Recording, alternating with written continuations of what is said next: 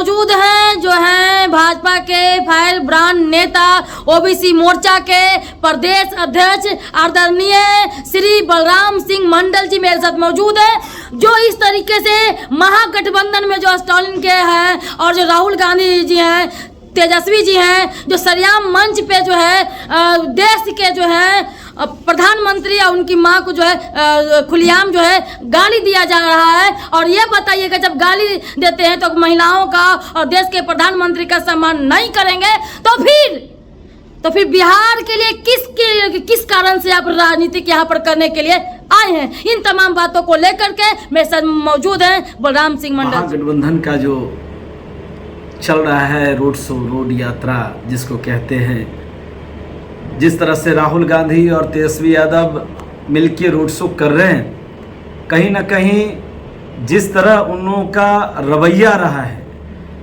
और जिस तरह से दरभंगा जैसे मैथिली जगहों पर या बिहार के वैसे जगह जहां से मैथिली के रूप में बिहार जाना जाता है, उस मंच पे ऐसे यशस्वी प्रधानमंत्री जिनकी मां को गाली देना, स्वर्गीय माता जी को गाली देना, मतलब बिहार के और देश के मां बहनों को गाली देने के बराबर है। और निश्चय ही भारतीय जनता पार्टी के कार्यकर्ता बिल्कुल माफ नहीं करने वाली है और मुंहतोड़ जवाब इसका देने के लिए तैयार है हम सभी कार्यकर्ता। और पूरे बिहार ही नहीं पूरे देश के अंदर जिस तरह से महिलाओं में वाल है, अपमानजनक भाषा का जिस तरह से माननीय प्रधानमंत्री जी को बोला गया है, कार्यक्रम है, निंदनीय यह अपराध है। निश्चित तौर पर ऐसे जिसके वंशानुगत आया है, ये राहुल बाबा या तेजस्वी यादव, इनका अपना कोई स्टेटस तो है नहीं। एक तरफ इनके पिताजी ने और दूसरे तरफ राहुल जी के भी पिताजी ने, राजीव गांधी जी ने और लालू प्रसाद यादव जी ने अपना जो साम्राज्य स्थापित किया था, उस आधार पर ये चल रहे हैं पूरे देश में। और बिहार में मुख्यमंत्री बनाने के लिए तेजस्वी यादव को और देश में खुद प्रधानमंत्री बनने के लिए भैया आप अपने संस्कार को तो सुधार लो। अपने संस्कार में जिस तरह से आपने अवहेलनाजनक बातों का उच्चारण किया है, बिहार का पूरे देश आप दोनों को जो आप इस तरह से गठजोड़ बनाकर चले हैं, निश्चित तौर पर आगामी जो चुनाव होना है 2025 में, जो चुनाव बिहार विधानसभा का होना है, मुंह खानी पड़ेगी। और किसी भी सूरत में ना आप मुख्यमंत्री बनेंगे तेजस्वी यादव जी और ना राहुल जी कभी प्रधानमंत्री बनेंगे। आप दोनों का सपना सपना ही रह जाएगा मुख्यमंत्री और प्रधानमंत्री बनने का। इस तरह से घोर अपराध, जघन्य अपराध हम भारतीय जनता पार्टी के कार्यकर्ता किसी भी सूरत में बर्दाश्त नहीं करेंगे।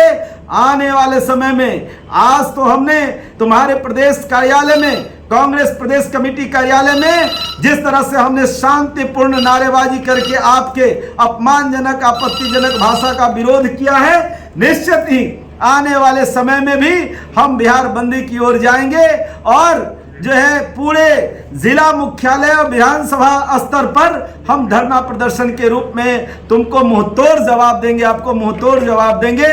और इस महागठबंधन राजद और कांग्रेस की पार्टी को किसी भी तौर पर मेलजोल पार्टी नहीं है। आप लोगों का संस्कार बिल्कुल संस्कार विहीन हो गया है। आप मर्यादित भाषा को जब आप प्रयोग नहीं कर सकते हैं, अपने कार्यकर्ताओं को सिखा नहीं सकते हैं, तो आप समझिए आप देश और राज्य की क्या कल्पना करते हैं। निश्चित तौर पर जब महिलाओं का सम्मान आप करना भूल गए, वैसे दिवंगत आत्मा जो मृत्यु हो गई, जिनका जो स्वर्ग में चली गई मां, हमारे माननीय प्रधानमंत्री जी के, उनको आपने गाली दिया, बहन लगाकर गाली दिया।